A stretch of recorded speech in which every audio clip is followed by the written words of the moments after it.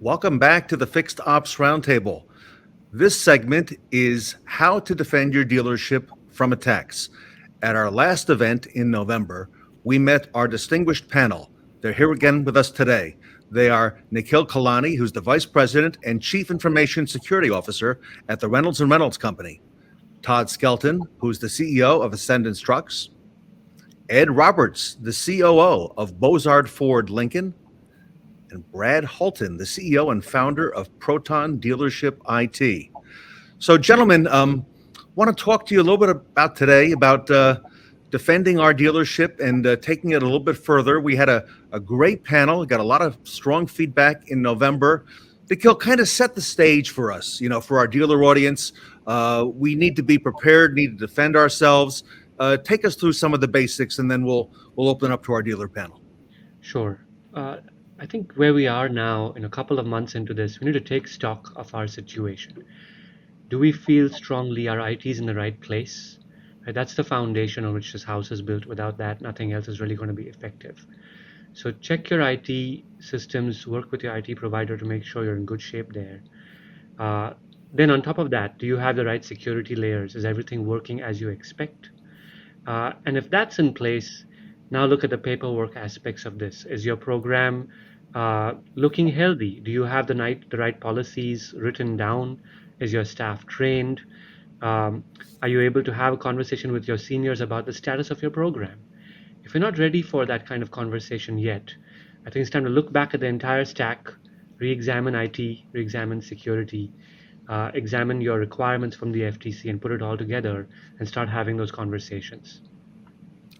Nikhil, our dealer and manager audience is really great at retailing vehicles, servicing, selling parts, selling necessary maintenance and repairs.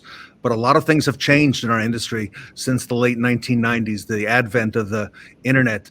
That state of cybersecurity today, how have dealerships been handling it in recent years? Because we came up against this safeguard thing back in early December, and we were required to begin documenting the processes. So if you don't mind, touch on that.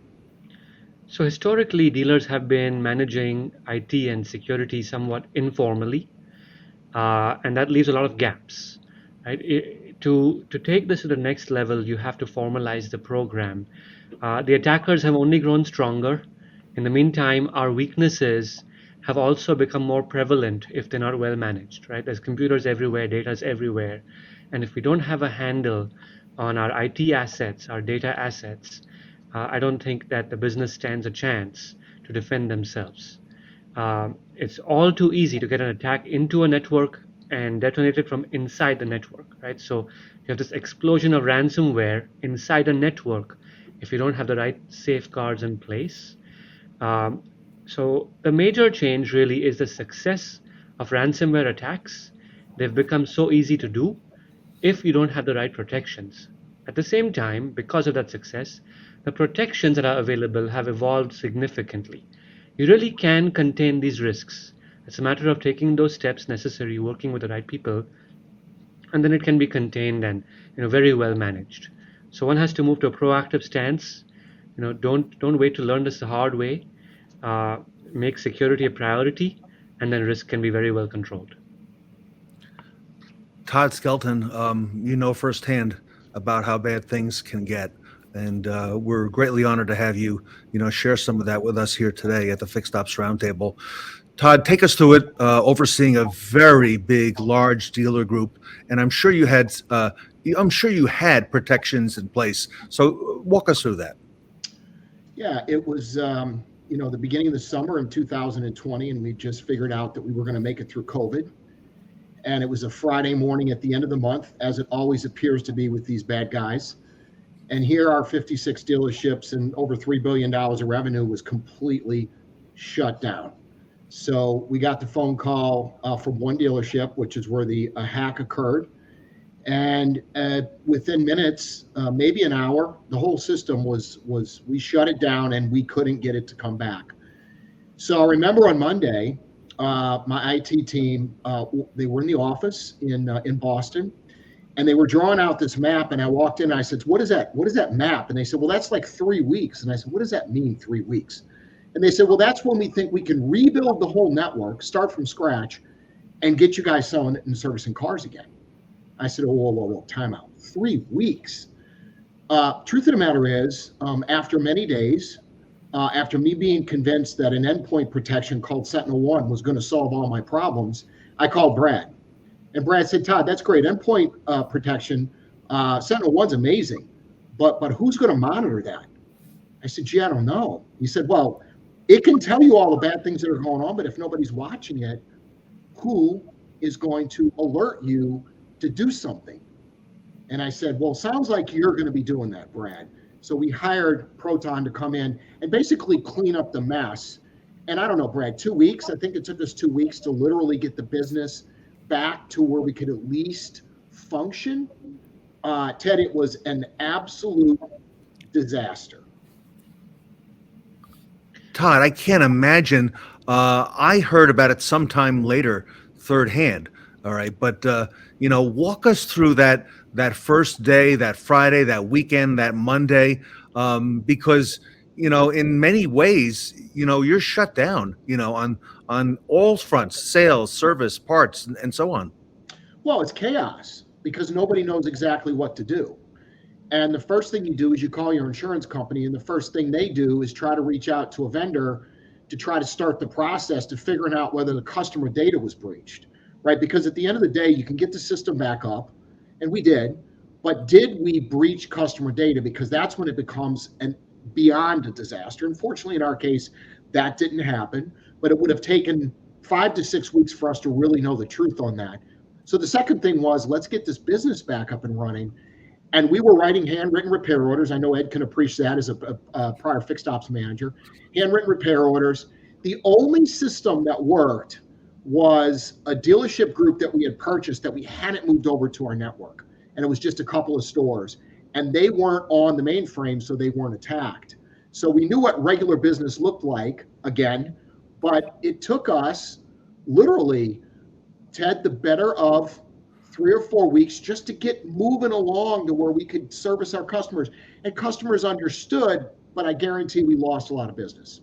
Let's go back to the breach, Todd, if we may, just for my edification. So one store, I'm imagining one computer, and it affected all the other stores. Was it an email? Did you ever find out? Was it worse than one store or one computer? One email address, one person clicking on an email that was ransomware, and basically it infiltrated itself through that store, which was one of our stores in the New Jersey area, and then it moved through the network like fire. And we shut the system down almost immediately, but yet it still got the majority of our systems. And Todd, that's too. By the way, that, if I may, that is too easy. One email can take the whole thing down for all these dealerships. One email.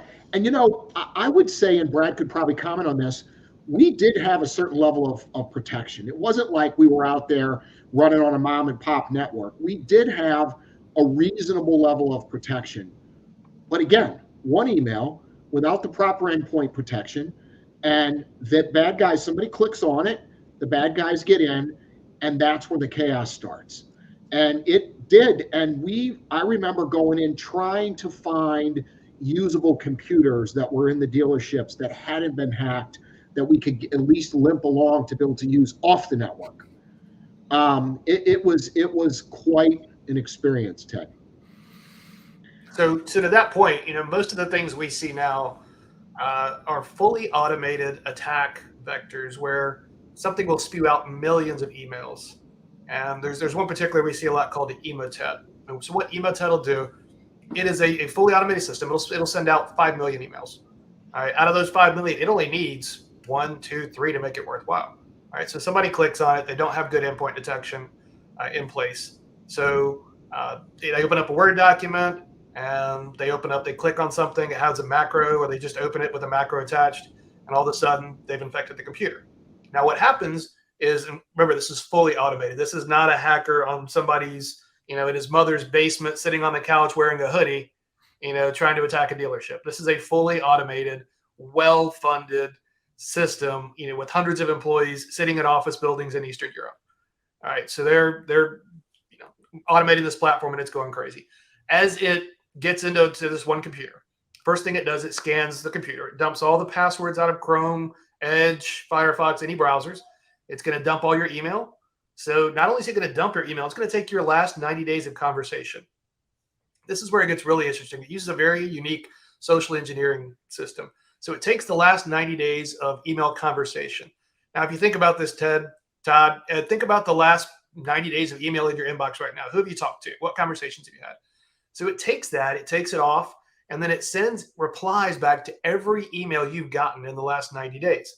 And it says, hey, and it's got the same subject line as whatever email you guys talked about. So you might have talked about something, in the dealership, could be, something with a vendor, could be anything, right? But whatever conversation you guys talked about, it's going to reply to that, and then it's going to add an attachment to it.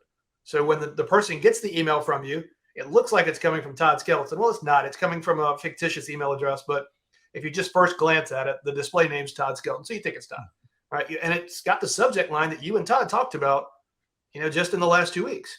So, and it's got the same body, only now it just says "see attached." And so you go down and you click and you open the Word document, and now you're infected. You don't have the right tools and procedures and processes in place. So while it's doing that, it's replicating itself, and that's how it's spreading super fast. It's using that social engineering. But at the same time, as it's doing that spreading, it's dumping your Chrome passwords, your email passwords, your banking passwords. It's scanning your whole network. It's looking for point of sale systems. It's attempting to infiltrate every switch, every access point, every firewall, every other PC or server on your network. So it's running laterally. Once it does all that, it basically builds a score and says, okay, we've only found 5 computers. This is a home PC. It's not worth doing anything with. Or it says, we found 26 networks, and we found, 450 PCs and 12 servers. Well, now all of a sudden it raises that score up. And now this is when you start seeing a human component come in, and somebody actually starts paying attention. Now you've got a real live hacker who's going, oh, wait a minute, this looks good. We've got something here with, servers and PCs. And so now they start actually kind of scoring it and going after. And at that point, they're going to decide, okay, what are the keys to the kingdom here? Where's the crown jewels? They're going to find all the data. They're going to scan the network. They're going to look for backups to make sure they can destroy them. And then once they know they've got everything, they've got the backups destroyed, they know where all the data is, they're going to take a small piece of the data, they're going to exfiltrate it, and they're going to use that to drip out to you later to convince you that they've gotten all your data. Typically, they don't have all your data. They've only gotten a small bit, but they just look to try to find things that say, invoices or HR data or consumer data. They'll take that off, put it aside, and then they'll send a command out to every single device simultaneously. So the way that it moves around the network is not hopping from PC to PC. They send a command to every single device simultaneously using a tool called PowerShell Empire that then blows out every single computer simultaneously. So, as soon as you see it on one, it's also happening simultaneously on all the others. And there's literally no time to respond to it. Typically they do it, Friday, Saturday, Sunday night, 10 o'clock, 11 o'clock Eastern time tends to be the time they really like to do it. So when you come in Monday morning, nothing works. Email's down. All the computers are down. DMS doesn't work. Unless you can, use a Foursquare to sell a car, and you got a guy's good on a napkin with a pencil, you're not selling any cars, for that day or maybe even the next week. So Todd, this is how it happened to you. That's it. That's exactly the way it went down. Who knows exactly what time it started, but they did all that preliminary work, and then what we found that part in the morning is when all those commands had been sent out to those computers, and that's where all the computers became what we call bricks. Yep. And a brick is useless. It's a piece of equipment that's a shell that is worthless.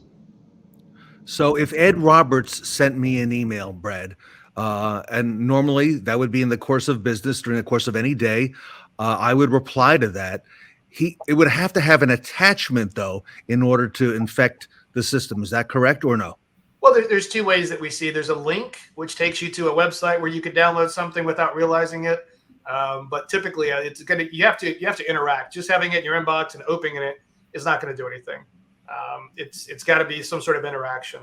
Now, there actually is a hack that came out just about a month ago that uses the preview pane in Outlook that they actually found if they do a certain thing in a Word document, they can actually use that to launch a tool. So it's always changing. It's a cat and mouse game. Every single week, we see a different type of attack, a different threat vector. And so you've always got to have, you've got to be on top of it. It's a ever-changing landscape every single day. Ed, it sounds too easy. I know you have not been a victim of the ransomware, but you know others who have. I do, and listening to Todd's story just scares me because he's really speaking of it from being a high level. But I'll get it down to nuts and bolts for you guys in a minute. But just think about the education that we're delivering to our audience here, Ted. I mean, this is huge because education is key here. We talk this stuff all the time, but when you hear it from a third party, you hear it from someone that lives this world every single day, from Brad and Nikhil, the education of our people going back and understanding that it's a link, it's this, it's whatever, is unmeasurable. But let's go back to what Todd had to live there for a minute, and in the store where you guys are out in the audience, where you can't cash a customer out in service because you can't pull up his invoice. You can't write up a customer because you can't pull up his information. You can't order a part because you can't see, you don't know whether you have it in inventory or not. You can't look it up. You can't sell a vehicle because you don't know your accounting cost of it. So everything's a guessing game all throughout the store. And yes, if you took one in on trade yesterday, you knew what you put it in Rico, you might be able to sell one or two, but that's not the norm. And it shuts down the business. So it's not only what it costs you to get out of it, it's the cost of lost production along the way as well.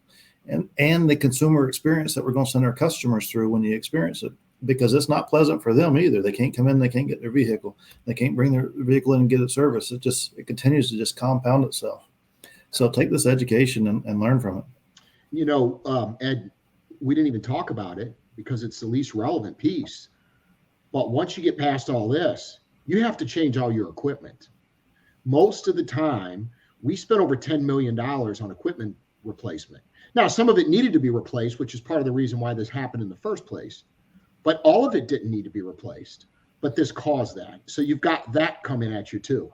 So either spend the money now and harden your system and hire folks that are professionals at what they do, because let's agree, this is not a core competency of me, of any CEO, of any executive, of any manager, of any dealership. It's just not a core competency. So go hire a professional that can manage the process and keep yourself out of the chance of this happening to you. Absolutely. It's not hard with the right guide, and we got to make sure we have the right guide to carry us through it. We can't try to take this on ourselves. Like Todd said, they had some equipment needed to be replaced, but it wasn't on the schedule to be replaced yet. So he was forced to replace all of the equipment. And yes, did he come out good on the other side of that? Well, it depends on how you look at that. Because ultimately we wanted to depreciate stuff out and get the time frame out of it, but we couldn't. We had to instantly flip a switch and swap it all out. So it is imperative to have the right guide to carry you through it and protect yourself as much as possible. Yeah, and one of the things we see, as well, is when it does happen, nobody knows what to do. Everybody just says, all right, what do we do? And then you have all these competing interests, right? So I've had to battle many a times with attorneys that, work for the insurance company, and they bring in the insurance consultants that do the forensic, and they want to know, okay, well, where did it start? So nothing happens until we figure out which email was clicked. And they will literally bring everything to a standstill for 2 weeks and say, you can't touch any computer, you can't do anything until we know how it happened. I don't care how it happened. I already know how it happened, right? I already have a pretty good idea of, I can tell within the first hour or 2 hours, and we'll have a pretty good understanding of, we might not know exactly where patient zero is, but we can narrow it down within 2 hours. But they want to do a forensic evaluation of every single device. So when I think about this, Brad, if we had you, it most likely wouldn't have happened. But let's say it did. Let's say that these guys can get into almost anything. Let's say they do get in, and now you've got a managed provider that's doing this for you. It's a whole different ballgame than that chaos which ensued when he's exactly right. We call the insurance company. They got a set of lawyers who put us with another set of lawyers who want to know, they want to send us this particular company, and we don't know about that company. So we try to find a company. So my telephone network guy goes and tries to find the best company. And then I think, oh my gosh, Brad, that's who we need to go get. But had I not thought about that, we would have been dealing with this for God knows how long. Yeah, we had a call from a group with, they had about 16 locations. They'd been down for about 2 weeks, hadn't been able to do anything for 2 weeks. And they literally hadn't done much of anything because they were waiting on the insurance company and the attorneys to give them the okay to get back to work. Meanwhile, the insurance guys had brought in some forensic guys that were making their money billable time by the hour, just going through every single PC. So, of course, they want to touch all 1,200 PCs. and nobody goes back to work until they've given the okay. So you've really got to have a strong advocate to come in and say, okay, we're not just focused on, the absolute figuring out what happened. We're also focusing on getting back to work, because every time you can't do an RO and somebody goes down the street, you've now lost that customer, right? Unless there's some real specific reason for them to come back to you. If your service department's down for 10 days or 14 days or 20 days, those customers aren't coming back. They now have a new relationship. Those guys have taken great care of them. And all of a sudden, it's not just what did you lose right then, because you probably have business interruption insurance that's going to, accommodate for some of that.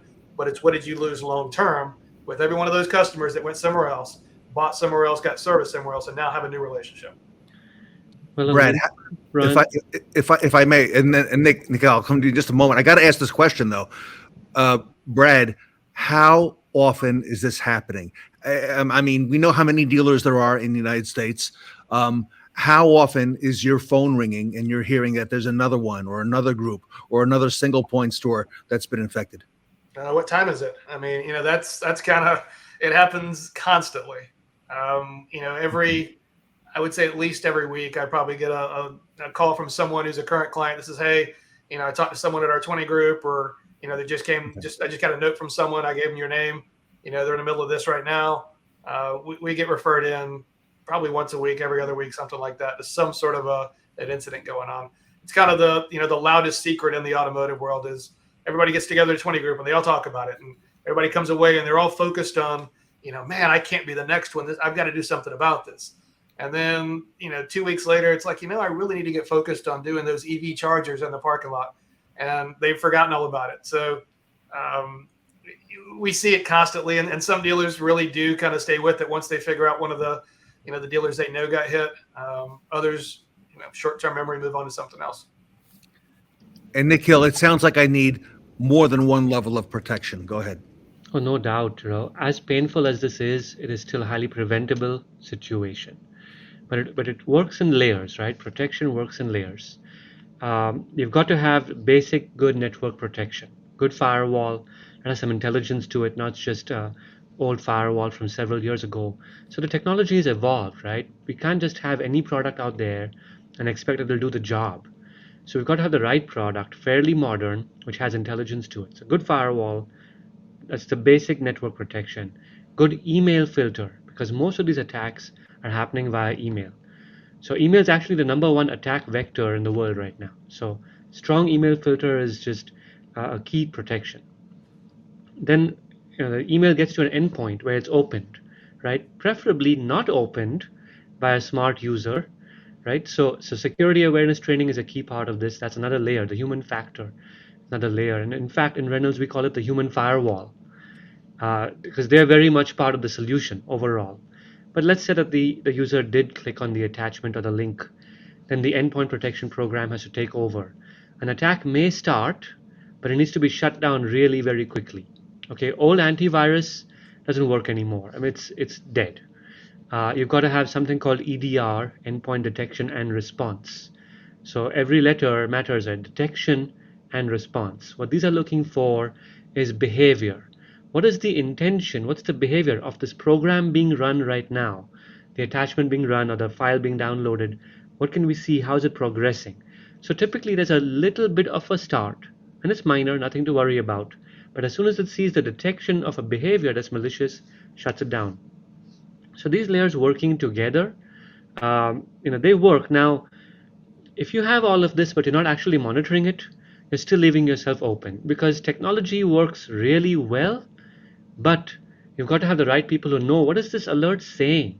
Is this serious? Is it not serious? So the 24/7 monitoring puts the whole thing together. Without that, it's an incomplete solution. Typically, the attacks are happening nights and weekends. That's the pain point, right? That's typically when most IT departments are not at work. So the attackers want to find the most painful point to inflict the damage.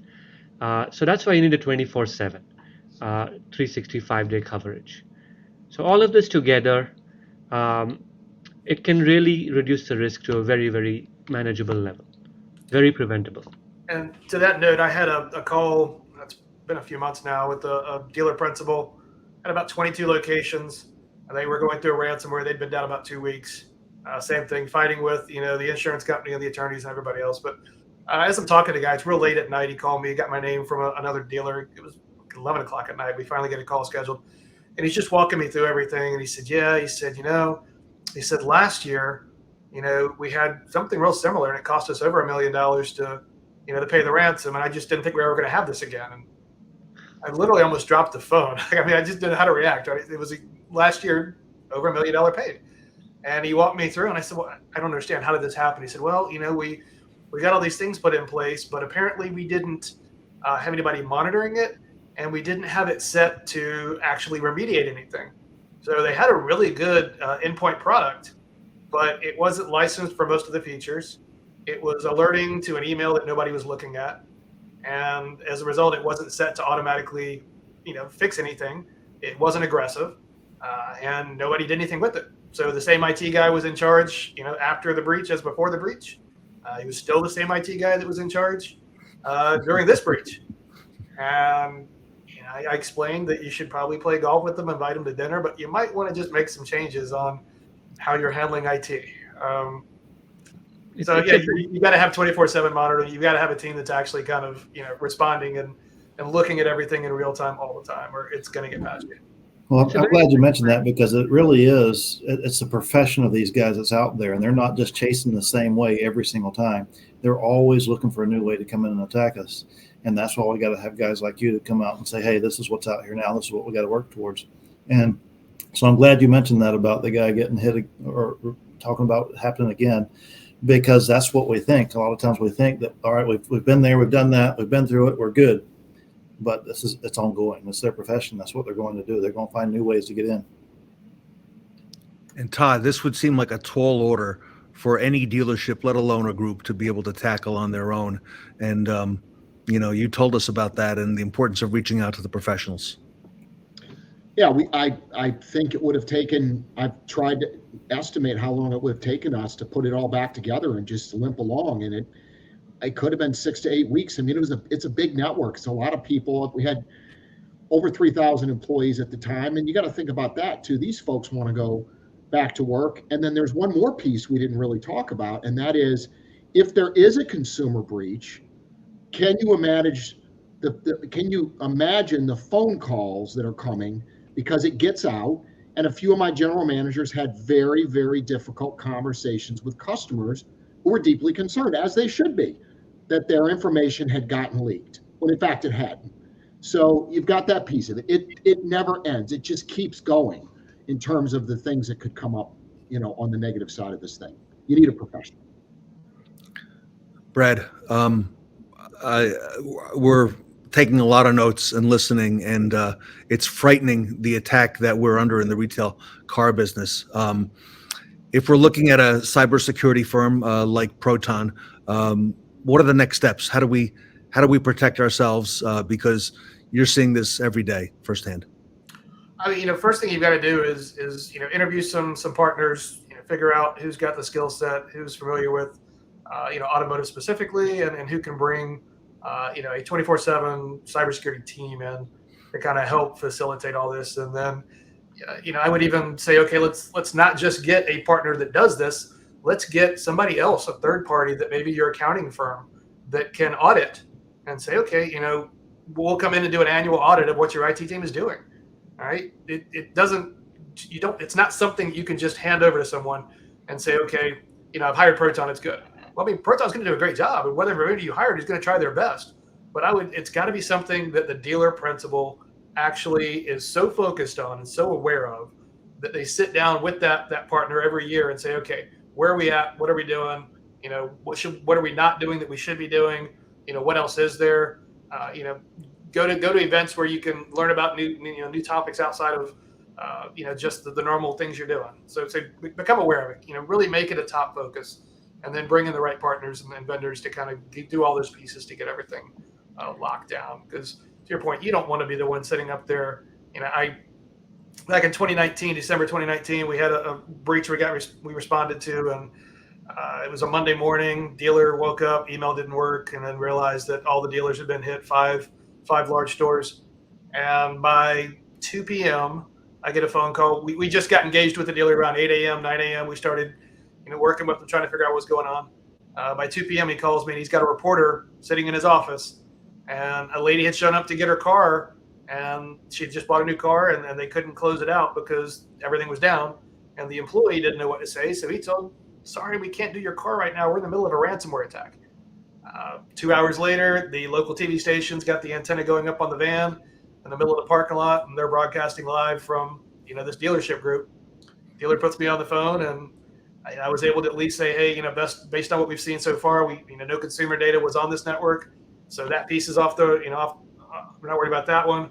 We're just getting through the rest of the stuff. But just having to deal with that and face that consumer backlash is, it's priceless. There's no number you can put on that from a lost trust or potentially just lost value of your biggest asset, which is your dealership, right? That's everything. It's your legacy. If you're not putting the time and energy to protect that reputation, then you could have a pretty ugly scare coming. Fixed Ops Roundtable community, you're all hearing this firsthand. I know Reynolds and Reynolds, Nikhil, is not going to go with just anyone in this arena. I know you've looked at a lot of potential partners. I'll give you the last word, Nikhil. What made you decide on Proton, and why did you see that perhaps as the best choice for your valuable asset, the dealerships and their clients? In this particular arena, whom you work with, it really, really matters, right? We're fighting a battle against technically competent attackers. It's a highly technical field, right? So as a defender, you have to have technical strength at all layers, not just at engineering level, but even the company's leadership has to be technical. Right? At Reynolds, we're a technical company, right? We build DMS products, we build several products. That's our strength. We saw in Proton, Brad's a technical leader, right? When you're selecting whom to work with, the leadership really matters. So there are many players in this particular marketplace. My advice to the dealers would be, look at the leadership, decide, are they really truly the right guys to work with? For example, you can have companies that are very focused on compliance, right? That's part of the picture for the FTC, yes. But the hacker doesn't care about your compliance. Right? The hacker cares about how do they exfiltrate data, how do they get you at a technical level. So establish your position, make sure that you're technically sound, and then from there you can build your compliance house as well. So in working with Proton, we saw that we have a company here it's technically highly competent. That's what matters. Love it. Well, we'll leave it there, gentlemen. Thank you so much. Fascinating conversation, extremely timely. Todd, I'm sure our dealer audience can reach out to you, one-on-one through social media for your feedback and your recommendations on Proton as well. Absolutely, for sure. Yep, love it. Want to thank Nikhil from Reynolds & Reynolds, Todd Skelton, Ed Roberts, and Brad Holton from Proton Dealership IT. Along the bottom of the tick, everybody, is the website for Proton. You can reach out directly to them and to the gentleman here on the screen. Great conversation. On behalf of the Fixed Ops Roundtable community, I want to thank the cybersecurity panel here today at the Fixed Ops Roundtable. Thanks, Ted. Thank you, Ted.